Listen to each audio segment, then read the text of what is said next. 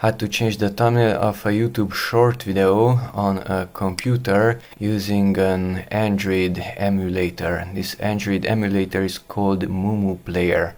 Currently I tried to edit the thumbnail, but it's not showing that pencil icon in the upper left corner. So what to do in this emulator? Come here to the three dots of this YouTube application window. Three dots, device settings, display, and at resolution settings don't use tablet but use phone and choose a resolution, let's say that one.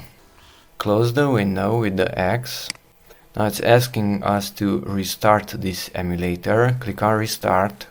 Now MuMuPlayer is restarting its Android device and it just appeared. Now it's on vertical, it's not on horizontal as before. Click on the YouTube app. Go to the lower right corner to your channels icon. Click on that one.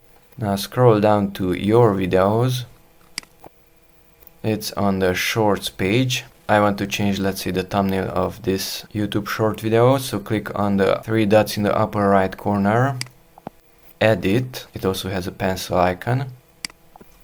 And now there is the pencil icon. So before it was not showing this because it was on horizontal, that is landscape mode, and it is showing now because it is on vertical, it's in the phone mode.